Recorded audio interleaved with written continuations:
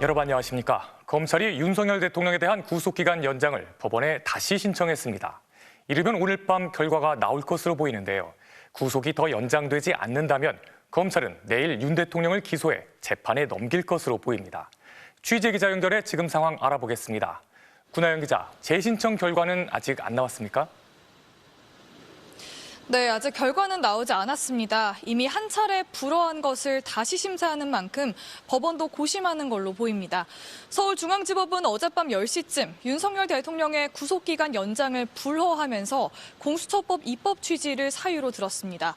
공수처가 수사를 끝낸 사건을 넘겨받은 검찰이 보완 수사를 할 수 있는 명시적인 법적 근거가 없다는 겁니다. 공수처법은 사건을 넘겨받은 검찰이 신속하게 기소 여부를 결정해야 한다고 돼 있습니다. 따라서 검찰이 구속기간을 연장하면서까지 피의자에 대해 적극적으로 강제 수사를 할 수 있는 법적 근거와 상당성이 부족하다는 게 법원 설명입니다. 법원 결정에 검찰은 당혹스러워하며 긴급회의를 소집했는데요. 불허 결정이 나온 지 약 4시간 만에 구속기간 연장을 다시 신청했습니다. 검찰은 대법원에서 유죄가 확정된 조희연 전 교육감 사건 등을 예시로 들며 검찰이 공수처로부터 사건을 넘겨받은 뒤 보완 수사를 진행할 수 있다고 했습니다. 네, 법원이 오늘은 어떻게 결정을 내릴지 궁금한데요. 오늘 검찰 분위기 어떻습니까? 네, 검찰 특별수사본부 인원들은 설 연휴 첫날인 오늘도 거의 다 출근을 했는데요. 재신청 결과를 기다리면서도 이 불허 상황을 대비해 공소장 작성에 들어간 걸로 알려졌습니다. 윤 대통령의 구속 기한은 당장 모레인 27일 월요일입니다. 법원이 연장 신청을 받아들이면 구속 기한이 다음 달 6일까지 늘어나지만 그렇지 않으면 검찰은 내일이나 모레 윤 대통령을 기소할 걸로 보입니다. 당초 검찰이 오늘 윤 대통령 조사를 시도할 수 있다는 관측도 있었지만 윤 대통령 측은 요청이 없었다고 했습니다. 대신 윤 대통령 변호인단은 오후에 기자회견을 열고 공수처가 위법 수사를 했다고 또 억지 주장을 부리며 검찰이 공수처 수사를 이어받지 말고 즉시 대통령을 석방해야 한다고 했는데요. 이에 대해 야당은 공수처와 검찰, 법원, 헌법재판소까지 다 부정하면서 법치를 운운하고 적법 절차를 따진다고 비판했습니다. 지금까지 서울중앙지검에서 전해드렸습니다. 네, 구민지 기자 잘 들었습니다. 그럼 자세한 내용 법조팀 이준희 기자와 좀 더 짚어보겠습니다. 이 기자, 네. 이 윤 대통령 측 입장을 보면 당장 석방을 해라. 이러면서 뭔가 법원 결정을 반기는 것처럼 보이잖아요. 네. 이게 윤 대통령 측의 호재라고 할 수 있는 건가요? 그렇지 않습니다. 윤 대통령 측에서 그동안 줄기차게 얘기했던 게 공수처는 내란죄 수사권이 없다. 적법하지 않은 수사기관이니 수사에 응하지 않겠다는 거였잖아요. 그런데 어제 법원 공지는 오히려 공수처 수사에 힘을 실어주는 쪽에 가깝습니다. 독립적 수사기관인 공수처가 수사를 마치고 기소를 요청한 건에 대해서는 검찰이 보완 수사를 하기보다는 기소 여부만 조속히 결정하는 게 맞지 않냐는 취지인데요. 판사 출신의 차성환 서울시립대 교수는 오히려 법원이 검찰의 구속기간 연장 신청을 받아들여 다시 말해 검찰의 보완 수사권을 인정했다면 공수처의 존재 의의를 더 약화시켰을 거라고 했습니다. 결국 검찰에서 더 조사할 필요가 없다는 말은 공수처 수사 자체는 절차상으로 아무 문제가 없다는 뜻으로 해석하는 게 맞다는 거죠. 네, 그럼 결국 검찰은 윤 대통령을 한 번도 조사를 못하고 기소를 하게 되는 건데 이건 문제가 없습니까? 윤 대통령이 검찰이 부른다고 나갈까요? 지금으로서는 그렇지 않을 것 같습니다. 방문 조사도 여의치 않아 보입니다. 윤 대통령은 체포영장 집행 당시에 공수처에서 자기 할 말만 하고 공수처에서 이름과 주소를 묻는 인정신문에도 답을 하지 않았죠. 이후에는 아무리 부르고 찾아가도 조사에 응하지 않았습니다. 그러니까 검찰로서는 기다린다고 해도 실익이 없을 거란 얘기입니다. 검찰 내부에서는 오히려 하루라도 빨리 형사재판이 시작되는 게 더 낫다는 말도 나오는데요. 한 검찰 간부는 이미 윤 대통령의 주요 지시에 대한 증거가 많다며 이것들이 재판에서 공개되면 윤 대통령이나 김용현 전 장관도 지금처럼 부하들 진술을 완전 부인하기는 어려울 거라고도 했습니다. 그리고 형사재판에서 공개되는 증거들 당연히 탄핵 심판에도 영향을 미치겠죠. 헌재 재판관들이 심증을 더 빨리 굳히게 된다면 결과 역시 더 빨리 나올 수 있다는 전망이 나옵니다. 네, 그런데 오늘 오후 기자회견에서 윤 대통령 쪽 변호사가 이런 말을 했어요. 검찰과 의견을 교환하고 있다. 그럼 조사에 응할 가능성이 있을 수도 있는 건가요? 네, 윤 대통령 측 윤갑근 변호사가 오늘 오후 기자회견에서 검찰과 의견 교환을 하고 있고 자신들의 요구에 대해 검찰이 뭔가 검토하고 있다 이런 취지로 주장을 했는데요. 검찰 특수본 관계자는 이에 대해서 언급할 사실이 없다고 선을 그었습니다. 윤 대통령 측에서는 일단 구속 상태로 재판에 넘어가게 되면 6개월 동안 구치소를 오가며 재판을 받아야 합니다. 그래서 끝까지 조사는 안 받으려고 하면서도 마지막까지 어떻게든 구속은 피하려고 할 것 같습니다. 네, 이준희 기자 잘 들었습니다. 서울 서부지법에 폭도들이 난입한 지난 19일 새벽 112 신고 내용 800여 건을 MBC가 단독 입수해 분석했는데요. 폭동이 일어나기 한참 전부터 이를 우려하는 신고 전화가 빗발쳤던 것으로 드러났습니다. 고병찬 기자의 단독 보도입니다. 폭도들이 서울 서부지법에 난입하기 9시간 전부터 112에는 폭동의 전조 증상을 알리는 신고가 이어졌습니다. 한 유튜버가 서부지법 담벼락을 넘어서 들어가라고 선동 중이라는 신고부터 유튜버가 서부지법을 둘러싼 경찰차 벽을 넘어뜨려 달라고 선동한다는 우려도 접수됐습니다. 그로부터 8시간쯤 지나 신고자들의 걱정은 현실이 됐습니다. 새벽 3시 13분 서부지법에 사람들이 돌을 던지고 벽을 깨고 있다는 신고를 처음으로 폭도들이 법원에 난입했다는 신고가 빗발치기 시작했습니다. 밀어! 이게 혁명이다! 법원에 난입한 폭도들이 곧바로 윤 대통령의 구속영장을 발부한 판사에게로 향하자 어디 갔어? 어디 왔냐고? 판사님 찾아 죽인다고 난동을 부린다며 경력 투입을 요청하는 신고도 쏟아졌습니다. 7층 판사실 난동 뒤 휴대용 기름통을 준비해온 남성이 종이에 불을 붙여 법원 건물 안으로 던지고 사라집니다. 비슷한 시각 112에도 여자가 젊은 애들에게 불을 지르라고 시키고 있다는 등 법원 방화 시도 신고가 2건 접수된 것으로 확인됐습니다. 카메라 뺐어! 건물에서 촬영한 MBC 기자들 잡으러 간다고 사람들이 건물로 올라갔다. 기자 메모리카드 뺏으려고 한다. 빨리 출동해달라는 등 법원 밖에서 취재진을 마구잡이로 폭행한 폭도들의 행적도 고스란히 남았습니다. 앞서 당일 서부지법에 난입한 폭도들 100여 명 가운데 46명만 현장에서 붙잡은 경찰은 112 신고 내역과 당일 현장 영상 등을 바탕으로 폭도들의 신원을 특정해 나가고 있습니다. MBC 뉴스 고병찬입니다. 윤 대통령을 체포하지 못했던 지난 1차 체포영장 집행 직전 윤 대통령 주재로 사흘 동안 대책회의가 열렸다는 진술을 경찰이 확보했습니다. 박종준 전 경호처장은 이 자리에 자신이 아닌 2인자인 김성훈 차장이 참석했다고 진술했습니다. 이혜리 기자의 단독 보도입니다. 지난 3일 윤석열 대통령에 대한 1차 체포영장 집행은 5시간 반 만에 무산됐습니다. 경호처가 몸으로 막았기 때문입니다. 그런데 집행 전날까지 사흘간 매일 윤 대통령이 주재한 변호인단과 경호처 회의가 있었다고 박종준 전 경호처장이 경찰에 진술한 것으로 확인됐습니다. 직무 정지된 윤 대통령이 수사를 피하기 위해 경호처를 사병처럼 동원했다는 의혹이 짙어지는 대목입니다. 박 처장은 그런데 이 자리에 자신이 아니라 김성훈 차장이 참석했다고 진술한 것으로 파악됐습니다. 윤 대통령이 본인의 신변 문제라 생각하고 김 차장이 더 잘할 거라고 판단한 것 같다는 겁니다. 김 차장은 경호처 내 김용현 라인으로 불리며 윤 대통령을 위한 헌정곡을 만들고 생일 축하 자리에서 경호관들을 동원했다는 의혹도 받고 있습니다. 박 전 처장은 또 1차 체포영장 집행을 저지한 이후 경호처가 케이블 타이를 준비한 건 사실이라고도 했습니다. 그동안 경호처가 준비한 케이블 타이가 400개라는 구체적인 숫자도 나왔지만 실제로 준비했는지는 확인되지 않았습니다.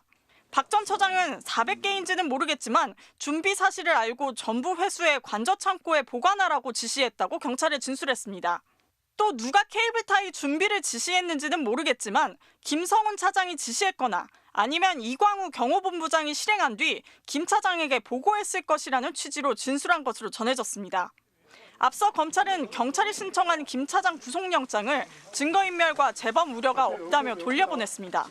그러나 경찰은 1차 체포영장 집행 방해뿐 아니라 2차 체포를 물리력으로 막으려 한 구체적 정황 등에 비춰 구속수사가 필요하다고 보고 구속영장을 재신청했습니다. 김 차장 측은 체포 대책회의에 참석한 적이 없고 회의를 위해 관저해온 변호인단 출입허가 업무만 담당했다고 해명했습니다. 케이블 타이를 준비했다는 의혹에 대해선 김 차장과 이 본부장 측 모두 그런 사실이 없다고 부인했습니다. MBC 뉴스 이혜리입니다. 대통령 경호처가 창설 60주년 행사를 윤 대통령의 생일 파티로 진행하고 그 자리에서 윤 대통령을 칭송하는 낯뜨거운 노래까지 합창한 사실이 드러났죠. 그런데 당시 경호처가 윤 대통령 생일 노래에 참여한 경찰들에게 돈까지 지급한 사실이 드러났습니다. 이기주 기자가 보도합니다. 지난 2023년 12월 대통령 경호처는 창설 60주년 행사를 사실상 윤석열 대통령의 생일 파티로 진행했습니다. 이 자리에서 경호처 직원들은 하늘이 우리에게 보내주신 대통령, 84만 5,280분, 오로지 국민만 생각한 당신 등 낯뜨거울 정도로 윤 대통령을 칭송하는 노래를 합창했습니다. 그런데 당시 합창단에 30만 원씩 돈까지 지급됐다는 의혹이 최근 국회에서 불거졌습니다. 또 30만 원 줬대요. 아니 이거 뭐 진짜 기쁨조입니까? 그렇지 않습니다. 아까도 말씀드린 것처럼 경호부대에 지금 군과 경찰이 다 들어 있습니다. 지금 참여한 겁니다. 더불어민주당 백혜련 의원실이 경찰청으로부터 받은 자료에 따르면 당시 윤 대통령의 생일 노래 합창에 청사 경호 담당인 101 경비단 29명, 관저 외곽 경호대 10명, 대통령 근접 경호대 8명 등 모두 47명의 경찰이 동원됐는데 이들 47명 모두가 경호처로부터 30만 원씩 경력금을 지급받은 것으로 드러났습니다. 경력금 지급이 사실로 드러나면서 친구 사이의 생일 축하 성격이라던 김성훈 차장의 해명은 무색하게 됐습니다. 친구들이 축하 파티나 생일 축하송 안 해주나요? 야당에선 경호처의 특활비 사용 여부를 조사해야 한다. 당장 김성훈 차장 등을 업무에서 배제해야 한다는 비판이 제기됐습니다. 경찰 인력이 윤석열을 위한 사적 행사에 투입됐다니 이게 국가기관이 할 짓입니까? 구속 수사가 마땅한 경호처 간부들이 활개를 치고 있는 모습에 국민은 기가 막히고 참관한 사람까지 합치면 당시 행사에 참석한 경찰은 모두 139명. 여기에 장기자랑에 동원된 55 경비단 등 군인들까지 더하면 이날 참석한 군인, 경찰, 경호처 직원은 수백 명에 이를 것으로 보입니다. MBC 뉴스 이기주입니다. 설 연휴 첫날인 오늘도 서울 도심에선 윤 대통령 파면을 촉구하는 대규모 집회가 열렸습니다. 송재훈 기자가 보도합니다. 헌재는 내란스게 윤석열을 파면하라! 서울 광화문 앞도로가 커다란 깃발을 든 시민들로 가득 찼습니다. 본격적인 설 연휴가 시작됐지만 도심에서는 어김없이 윤석열 대통령 파면을 촉구하는 집회가 열렸습니다. 이 시국이 빨리 좀 해결되고 좀 안정됐으면 좋겠다는 마음에 가족들하고 조금이라도 힘이 되고자 참여하게 됐습니다.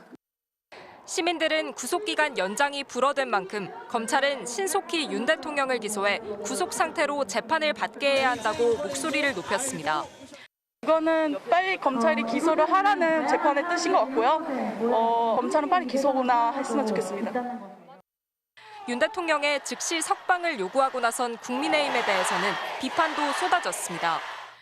내란에 동조하는 것이 약간 그들의 발악이 아닌가 하는 생각이 듭니다. 어쨌든 거대 정당인데 그들이 이제 범죄를 옹호하고 있다는 것 자체가 하루빨리 해체가 되어야 하는 것이 아닌가. 서부지법 폭동 사태에 대해서도 배후를 철저히 수사해 처벌할 것을 촉구했습니다. 서울지법 폭동도 마찬가지고요. 어른의 책임이 제대로 이루어져야지만 이제 우리 학생들, 추후에 있을 아이들이 평화롭고 행복한 세상을 살아갈 수 있다. 집회 이후 참가자들은 헌법재판소 근처를 지나 서울시청까지 행진했습니다. 윤 대통령 파면 촉구 집회는 헌재 최종 판단이 나올 때까지 설 연휴 뒤에도 토요일마다 개최될 예정입니다. 탄핵에 반대하는 윤 대통령 지지자들도 광화문 일대에서 집회를 열거나 국회의사당 인근에서 기도회를 진행했습니다. MBC 뉴스 송재원입니다. 내란 혐의로 구속 기소된 김용현 전 국방부 장관의 변호사가 구구 집회에서 헌법재판관들에 대해 좌익, 빨갱이라는 막말을 한 걸로 드러났습니다. 또 서부지법 폭도들에 대해서는 반대로 애국투사라고 치켜세우면서 끝까지 함께하자고 선동했습니다. 김지경 기자입니다. 탄핵 심판이 진행된 지난 23일. 국회 측 반대 신문을 거부하던 김용현 전 국방부 장관은 윤석열 대통령 측이 허락하고 나서야 증언을 시작했습니다. 어렵게 신문이 시작됐지만 이번에는 변호사의 개입이 문제가 됐습니다. 증언을 코치하는 것으로 보이잖아요. 재판부의 경고에 변호사는 강하게 항의했습니다. 증인이 증언 거부권을 포기하고 증언을 한다고 하면 저희가 조력할 수 있는 게 증언 중에 동석자가 증인에게 그 조언을 할 수는 없습니다. 이 변호사는 같은 날 저녁 헌법재판소 앞에서 열린 탄핵 반대 집회에 무대에 올랐습니다. 대뜸 헌법재판관들에 대해 난데없이 좌익이라는 딱지를 붙이며 공격했습니다. 헌법재판관 3명이 또르르 앉아 있습니다. 문영배, 김영두, 이미선. 앞에는 좌익 빨갱이 불공정 재판관들 쭉 앉아 있고 또 아무 근거도 내놓지 않은 채 헌법재판관들은 대통령이 탄핵되길 원할 거라면서 미리부터 불복을 선동하는 듯한 주장을 이어갔습니다. 빨갱이 재판관들, 헌법재판관들은 지금도 오늘이라도 당장 탄핵 심판 인용 결정을 내리고 싶을 겁니다. 그들은 그냥 얼굴로 표정으로 입으로 다 얘기하고 있습니다. 헌법재판관들을 공격하던 유승수 변호사는 서부지법 폭도들에 대해선 나도 마음만큼은 다르지 않다며 애국투사로 치켜세웠습니다. 또 서부지방법원에서 수없이 잡혀간 우리 애국투사들 그리고 또 여기 계신 우리 애국지사 여러분들과 끝까지 함께해 주시기 바랍니다. 대통령 윤석열! 서부지법 피의자 변호도 맡은 유 변호사는 집회 발언 의도를 확인하기 위한 MBC 취재진 전화에 답하지 않겠다는 취지만 밝혔습니다. MBC 뉴스 김지경입니다. 지금까지 4차례 열린 윤 대통령 탄핵 심판 변론에선 헌법재판관들이 직접 윤 대통령 측에 질문도 했는데요. 저희가 이 질문 내용들을 분석해봤더니 하나같이 사실이라면 위헌성이 명백해 파면을 피할 수 없는 내용이었습니다. 구나연 기자가 보도합니다.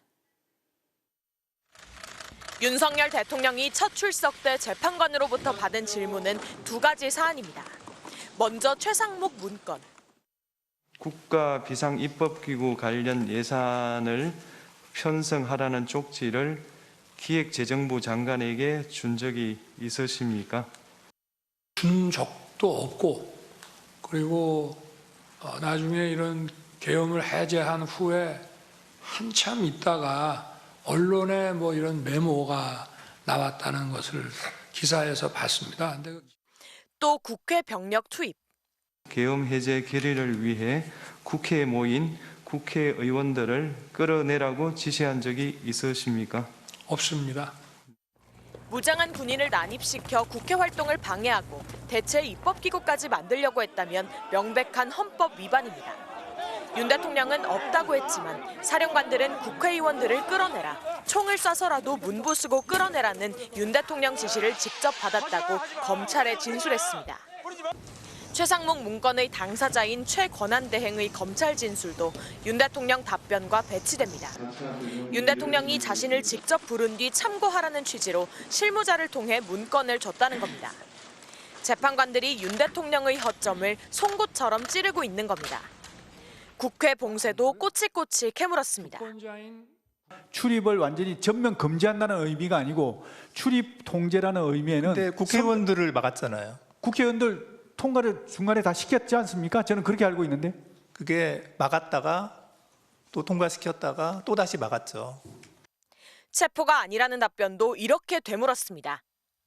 다른 사람은 체포하라고 지시했다는 취지로 얘기를 하는데 그게 증인이 얘기할 때 동정을 파악하라라고만 말씀을 하셨지만 동정을 파악해서 포고령을 위반하면 체포해야 된다 이렇게까지 말씀을 하신 건 아닌가요 혹시? 윤 대통령은 자신이 거짓말쟁이로 몰아세운 부하들과도 진실 공방을 벌여야 합니다. 설 연휴가 끝나고 다음 달 초 이어질 변론에는 윤 대통령으로부터 싹 다 정리하라거나 의원들을 끌어내라는 지시를 받았다는 당사자들이 증인으로 나섭니다. MBC 뉴스 구나연입니다. 179명의 생명을 앗아간 제주항공 여객기 참사. 항공기와 충돌한 새는 가창 오리로 확인됐습니다. 또 조리 활동에 주의하라는 안내를 받은 지 1분 만에 사고기 블랙박스가 꺼졌습니다. 박철현 기자입니다. 무안공항에 파묻혀 있던 사고기 엔진입니다. 양쪽 모두에서 새의 깃털과 혈흔이 발견됐습니다. 유전자 분석 결과 대표적인 겨울철새인 가창오리로 확인됐습니다. 군집성이 강해 많으면 수만 마리까지 떼를 지어 움직입니다. 무안공항 CCTV에서도 사고기가 새떼와 접촉하는 장면이 확인됐습니다. 공항 내부에서 외부를 비치는 CCTV. 엄청 멀리서 항공기가 독행할 때 새들하고 같이 있는 모습이 공항 CCTV에서 발견된 거죠. 다만 충돌한 새가 얼마나 많았는지, 다른 종류도 충돌했는지 확인되진 않았습니다. 비행 기록 장치와 음성 기록 장치 분석으로 충돌 직전 상황은 더 자세하게 드러났습니다. 오전 8시 54분 43초, 관제탑과 사고기 사이 첫 교신에서 착륙 허가가 내려졌습니다. 8시 57분 50초, 관제탑이 조류 활동 주의 정보를 줬고 21초 뒤엔 기장과 부기장도 항공기 아래 조류가 있다고 대화했습니다. 블랙박스 기록이 멈춘 건 8시 58분 50초. 이 직후 조종사는 조류 충돌로 인한 메이데이를 선언했습니다. 사고기는 이후 약 4분 동안 활주로 왼쪽 상공을 비행하다 반대 방향인 19활주로로 착륙하려 오른쪽으로 선회했습니다. 사고기는 랜딩 기어가 내려오지 않은 상태에서 동체 착륙했고 메이데이 4분 3초 만인 9시 2분 57초 활주로 넘어 방위각 시설물과 충돌했습니다. 조사 당국은 사고기의 운항 전반에 대해 분석을 이어가는 한편 방위각 시설물과 새떼의 영향에 대해 별도로 연구 영역을 의뢰할 방침입니다. 오늘 시신 파편 수색 종료를 선언한 유가족들은 정부의 투명하고 객관적인 조사를 당부하며 희생자 49제가 끝나는 2월 15일 공항을 떠난다고 밝혔습니다. MBC 뉴스 박철현입니다. 오늘부터 최장 9일의 설 연휴가 시작됐습니다. 기차역과 터미널엔 고향을 찾는 시민들이 몰렸는데요. 설렘 가득한 귀성객들을 송정은 기자가 만나봤습니다. 승강장에 기차가 들어서고 귀성객들은 줄지어 열차에 올라탑니다. 한 손에는 짐가방, 다른 손에는 명절 선물이 들려 있습니다. 할머니 집 가서 내일 친척 동생들이랑 같이 수영장 가는 걸 기대도 해요.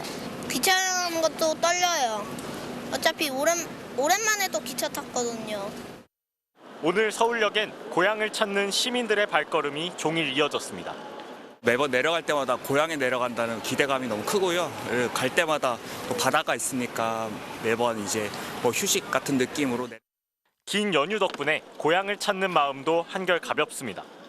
이번에 연휴가 길어가지고 여기 손주 손녀들 데리고 할머니 할아버지 보러 가고 있고요. 맛있는 거 먹고 애기들도 할머니들 보는 거 너무 좋아해가지고.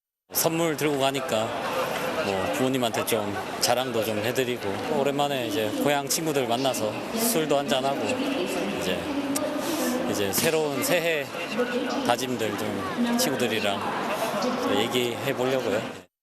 고속버스 터미널도 평소보다 붐볐습니다. 대합실은 시민들로 가득 찼고 주차장을 가득 메운 버스들도 분주하게 움직입니다. 오랜만에 저 고향 내려가가지고 가족들도 보고요. 대학생활 하느라고 또 가족들 얼굴도 못 본 지 좀 됐고 이번에 가가지고 또 효도해야죠. 오랜만에 부모님을 만나러 가는 길엔 반려견도 함께합니다. 얘가 좀 순해요. 그래서 같이 이제 항상 이동을 같이 하고 있습니다. 가방을 이제 다 잠궈서 얼굴을 내놓지 않으면 같이 탑승이 가능하다고 하더라고요. 최장 9일짜리 연휴가 본격 시작된 가운데 고향 대신 공항을 찾는 시민들도 많았습니다. 인천공항 측은 어제부터 오는 2일까지 연휴 기간 역대 설 연휴 최다인 214만 명 넘는 시민들이 공항을 이용할 것으로 내다봤습니다. MBC 뉴스 송정훈입니다. 겨울의 한라산은 아름다운 설경으로 유명한데요. 이 아름다운 설경 위로 불법 스키를 타는 사람들 때문에 탐방로 주변이 몸살을 앓고 있습니다. 이소연 기자입니다. 백록담 아래 펼쳐진 설원. 난데없이 스키복을 입고 헬멧을 쓴 사람이 눈 쌓인 산비탈을 가로질러 내려옵니다. 자연 설산에서 스키를 타는 이른바 백컨트리 스키어들입니다. 문제는 이 같은 행위가 모두 불법이라는 것. 그러나 이들은 그 사실을 알면서도 아랑곳 않습니다. 한라산에서 타지 말라고 하는 이유가 위험해서 하지 말라. 이런 거라서 좀 더 납득이 안 가는 거죠. 하지 말라면 더 하고 싶잖아요. 한라산 정상 부근뿐만 아니라 숲속 조리대는 물론 평소 등반객들이 오고 가는 나무 계단에서도 스키를 타는 영상들이 SNS에 올라와 있습니다. 국립공원의 식생이 파헤쳐질 우려도 높은 상황. 영상을 올린 당사자는 취재가 시작되자 산악스키의 저변 확대를 위해 한국에서도 탈 수 있다는 것을 홍보하고 싶었다면서 물의를 일으켜 죄송하다고 밝혔습니다. 하지만 같은 유튜브 채널엔 이미 3년 전에도 한라산에서 스키를 타는 영상이 남아 있습니다. 특히 영상 말미에는 불법이라는 자막까지 버젓이 표기해뒀습니다. 한라산을 찾는 스키어들이 잇따르자 한라산 국립공원에서도 계도에 나섰습니다. 자연공원법은 자연 생태계와 자연 경관을 보호하고 안전을 위해 탐방로 외에는 사람의 출입을 금지하고 있습니다. 한라산 국립공원은 영상을 올린 사람들을 확인해 한라산 산악스키 영상 삭제를 요청할 계획입니다. 그 한라산이 그 식생이라든가 그 자연 경관을 보호하기 위해서 그 무단 침입을 금지하고 있습니다. 그리고 앞으로는 드론 촬영이라든가 그 이 단속 인력을 확대해서 하지만 스키를 타다 적발이 돼도 과태료가 최대 50만 원에 그치는 데다 현장 적발 외에는 마땅히 제재할 방법도 없어 제도 개선이 필요해 보입니다. MBC 뉴스 이소연입니다. 트럼프 미국 대통령이 취임 후 미국 우선주의식 야욕을 숨김없이 드러내고 있습니다. 파나마 운하를 되찾고 그린란드를 편입하겠다는 등 구체적이고 노골적인데요. 그 속내는 무엇일까요? 김민찬 특파원이 보도합니다. 트럼프 미국 대통령이 그린란드 장악을 위해 무력까지 쓸 수 있다고 언급한 그날, 트럼프 전용기가 그린란드 공항에 착륙합니다. 아들 트럼프 주니어가 그린란드 수도를 찾은 겁니다. 그린란드에 대한 트럼프 대통령의 야심을 대내외에 노골적으로 과시하기 위한 방문이었습니다. 한반도 9배가 넘는 세계에서 가장 큰 섬 그린란드. 덴마크령인 이 땅을 트럼프 대통령은 첫 집권 때부터 호시탐탐 노렸습니다. 이번에는 더 노골적입니다. Greenland is a wonderful place. We need it for international security. And I'm sure that Denmark will come along. I think it's costing them a lot of money to maintain it, to keep it.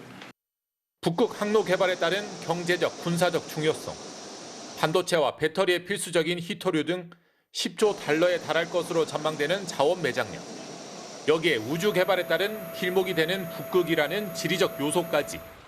부동산 개발가 트럼프에겐 매력적인 땅입니다. 미국의 국가 이익 최우선으로 하는 그걸 실현하기 위해서지만 대의 명분으로는 세계 경제와 번영과 안보를 위해서 우리가 앞장서야 되는데 협조해라고 하는. 미중 경쟁 관계도 빼놓을 수 없습니다. 트럼프 대통령은 파나마 운하도 사실상 중국이 운영하고 있다며 환수를 공언했는데 그린란드 욕심 역시 중국이 노리는 북극 개발과 광물 자원의 견제용이라는 분석이 나옵니다. If Greenland goes independent, I think the real worry for Trump is that Greenland might be tempted by Chinese investment and money. And I think 덴마크와 그린란드 모두 트럼프의 미국 우선주의 야욕에 대해 불쾌감을 감추지 않았습니다.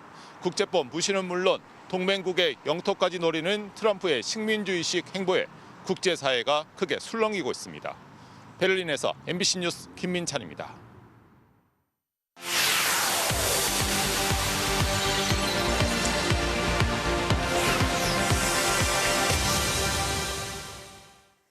트럼프 대통령이 김정은 위원장과는 말이 통할 수 있다며 북미 대화에 나설 수 있다고 밝혔습니다.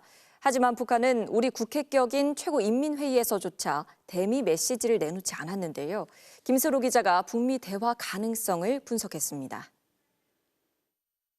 트럼프 미국 대통령 취임 이후 북한이 개최한 최고인민회의. 적대적 두 국가론에 따른 영토 조항 등의 헌법 개정 내용은 빠졌고 대남, 대미 비난도 없었습니다.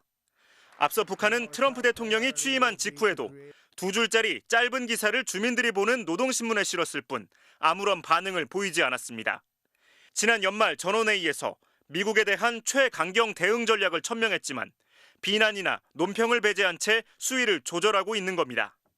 전반적인 불확실성이 있는 상황에서 굳이 먼저 선제적인 어떤 가이드라인이 될 만한 말들을 해서 그 향후의 어떤 미국의 태도에 영향을 미칠 필요는 없죠.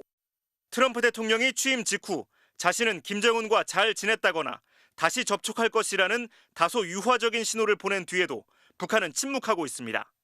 북미 대화에 기대감이 높아지는 상황에서 고강도 도발이나 강경한 언사는 자제하고 사태를 관망하려는 의도가 읽힙니다. 자신들이 원하는 것은 미국의 대한반도 적대시 정책을 먼저 철회해라. 그 후에 의미 있는 대화를 하겠다라는 그 입장인데 트럼프가 발신하는 메시지는 그런 거 전혀 없이 다시 관계 복원하자는 거죠. 당분간 북한은 러시아 우크라이나 전쟁, 특히 미국과 러시아의 상황을 지켜보며 탐색전을 벌일 걸로 예상됩니다. 러시아를 이용해 대북 제재를 무력화하고 정찰 위성이나 핵무기 기술 등 우크라이나 전쟁 파병으로 얻어낼 계산서를 두드리고 있는 걸로 보입니다. 관건은 미국이 러시아 우크라이나 전쟁을 종식하기 위해 북한과 대화에 나설 경우입니다. 트럼프의 개입으로 어떤 식으로 종결되느냐 자체도 김정은 입장에서는 미국과 어떻게 대화를 해야 되는지에 대한 전략에 영향을 미치기 때문에 그것도 좀 김정은이 지켜볼 거예요.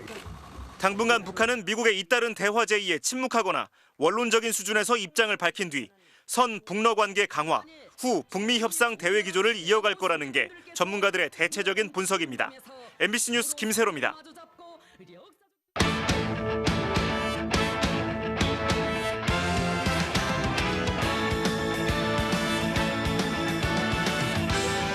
토요일 밤 스포츠 뉴스입니다. 프로배구 여자부 1, 2위 맞대결에서 흥국생명이 현대건설을 완파하고 선두를 굳건히 지켰습니다. 김연경 선수가 16득점을 기록하며 해결사로 나섰습니다. 박재훈 기자가 보도합니다. 승점 3점 차인 선두 흥국생명과 2위 현대건설의 맞대결. 설 연휴 첫날 경기장을 가득 메운 6천여 만원 관중 앞에서 김연경의 공격은 1세트부터 폭발했습니다. 묵직한 스파이크 공격에 이어 서브 에이스를 성공시켰고 빈 곳을 절묘하게 찾아 노리는 재치까지 발휘했습니다. 1세트를 12점 차로 가볍게 따낸 흥국생명은 2세트에서는 20대 19, 한 점 차로 턱 밑까지 쫓겼지만 이번에도 김연경이 해결사로 나서 세트를 끝내버렸습니다. 김연경은 처리하기 까다로운 공을 득점으로 연결하는 등 16득점을 올렸고 정윤주도 14점을 기록하며 김연경의 뒤를 바쳤습니다. 특히 흥국생명은 외국인 선수 피치가 상대 주 공격수 모마를 상대로 블로킹 5개를 따내며 봉쇄에 성공했습니다. 결국 홈팬들 앞에서 일방적인 승리를 거둔 흥국생명은 다시 3연승을 달리면서 승점 6점 차 선두를 질주했습니다. In the last weeks, I was really focusing on working on my blocking, so this was really nice to get some blocks in the game. And happy Lunar New Year to everyone. 남자부에선 대한항공이 51점을 합작한 요스바니와 정지석의 활약으로 OK저축은행을 풀세트 접전 끝에 물리치고 3연승을 달렸습니다. 최하위 OK저축은행은 8연패에 빠졌습니다. MBC 뉴스 박지웅입니다. 프로농구에서는 부상 악재에 시달리고 있는 KCC가 선두 SK의 11연승을 저지했습니다. 중위권 도약의 희망을 이어갔네요. 김태훈 기자가 전해드립니다.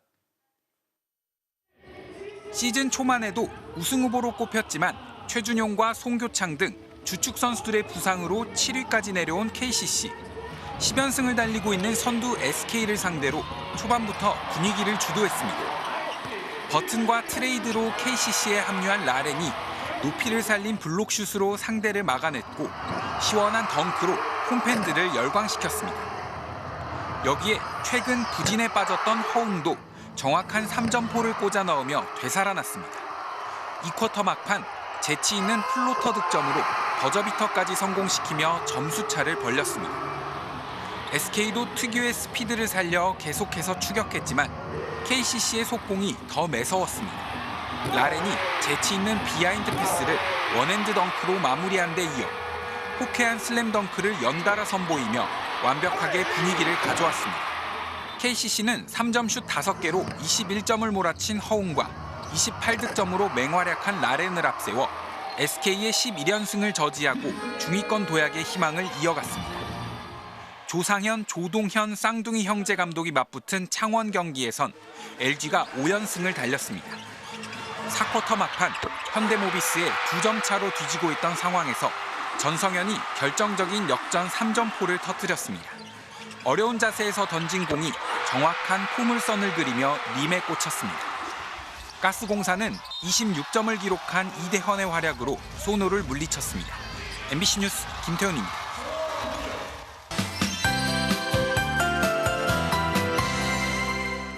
설 연휴 첫날 내륙은 푸른 하늘에 날도 이맘때치고 포근했는데요. 내일까지는 이처럼 무난한 날씨가 예상됩니다. 하지만 월요일인 모레는 새벽부터 폭설구름이 다가와 전국에 눈을 뿌릴 것으로 보입니다. 특히 강원 영서에 최대 20cm 이상, 경기 동부와 충북, 전북에도 많게는 15cm가 넘는 큰 눈이 집중되겠고요. 대설특보도 내려질 가능성이 있는 만큼 피해 없도록 미리 대비를 하셔야겠습니다. 덩달아 모레 낮부터는 찬바람이 불면서 급격히 추워질 것으로 보입니다. 다음 주 화요일 아침에는 서울의 기온이 영하 4도, 설 당일에는 영하 7도까지 떨어지겠고요. 이번 추위는 설 연휴 마지막 날까지도 이어지겠습니다. 내일도 전국 하늘에는 가끔 구름만 지나겠습니다. 늦은 오후에 제주에 비가, 밤에는 강원 북부와 산지에 비나 눈이 다시 내리겠습니다. 내일 아침 기온 보시면 서울이 0도, 대구 영하 1도 등으로 오늘과 비슷하겠습니다.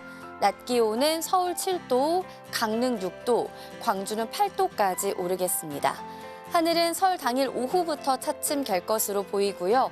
연휴 마지막 날까지도 해상에선 높은 물결이 일면서 뱃길 불편이 우려됩니다. 날씨였습니다. 토요일 뉴스데스크 마칩니다. 함께해 주신 여러분 고맙습니다.